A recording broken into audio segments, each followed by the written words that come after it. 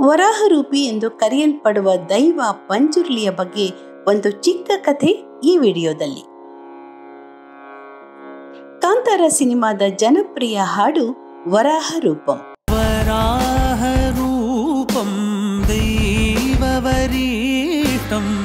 ವರಾಹರೂಪಿ ಎಂದು ಕರೆಯಲ್ಪಡುವ ದೈವ ಪಂಜುರ್ಲಿ.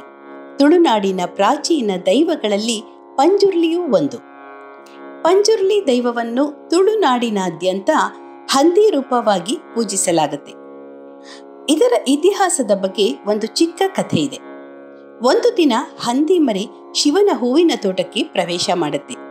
ಆ ಹಂದಿ ಮರಿಯ ಮುದ್ದಾದ ಮುಖ ಕಂಡು ಪಾರ್ವತಿ ಅದನ್ನ ಅರಮನೆಗೆ ತಂದು ಪ್ರೀತಿಯಿಂದ ಸಲಹುತ್ತಾಳೆ.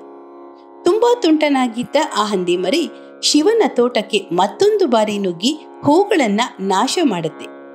ಇದರಿಂದ ಕೋಪಗೊಂಡ ಶಿವ ಅದರ ಶಿರಚ್ಛೇದ ಮಾಡ್ತಾನೆ.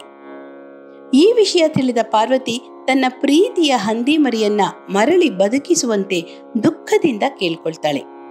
ಆಕೆಯ ಬೇಡಿಕೆಗೆ ಕರಗಿದ ಶಿವ ಮರುಜೀವ ನೀಡಿ ದೈವ ಶಕ್ತಿಯನ್ನ ವರದಾನವಾಗಿ ಕೊಡ್ತಾನೆ.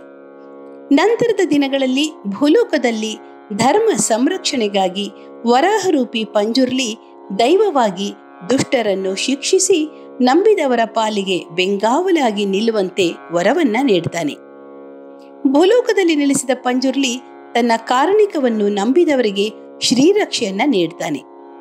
ಇದರ ಮೂಲ ಹೆಸರು ಪಂಜುರ್ಲಿ. ಆದರೂ ಅನೇಕ ಕಡೆಗಳಲ್ಲಿ ಬೇರೆ ಬೇರೆ ಹೆಸರುಗಳಿಂದ ಇದನ್ನ ಪೂಜೆ ಮಾಡಲಾಗುತ್ತೆ.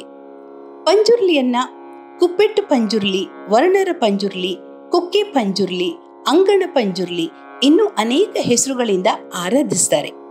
ಹೀಗೆ ಕೈಲಾಸದಿಂದ ಶಿವನ ವರದಿಂದ ಭೂಲೋಕಕ್ಕೆ ಬಂದ ವರಾಹ ರೂಪಿ ಪಂಜುರ್ಲಿ ನಂಬಿದವರಿಗೆ ರಕ್ಷಣೆ ನೀಡುವ ದೈವವಾಗಿ ಮನೆ ಮನಗಳಲ್ಲಿ ನಂಬಿಕೆ ಮತ್ತು ಕಾರಣಿಕದ ಶಕ್ತಿಯಾಗಿ ನೆಲೆಯೂರಿದ್ದಾನೆ. ಈ ವಿಡಿಯೋ ನೋಡಿ ನಿಮಗೇನನ್ನಿಸ್ತು? ನಿಮ್ಮ ಅನಿಸಿಕೆಗಳನ್ನ ಕೆಳಗೆ ಕಮೆಂಟ್ಸ್ ಬಾಕ್ಸ್ ಅಲ್ಲಿ ತಿಳಿಸಿ. ಧನ್ಯವಾದಗಳು. ಕಲಾಚಂದನ ಯೂಟ್ಯೂಬ್ ಚಾನೆಲ್ನ ಸಬ್ಸ್ಕ್ರೈಬ್ ಮಾಡಿ, ಲೈಕ್ ಮಾಡಿ, ಶೇರ್ ಮಾಡಿ.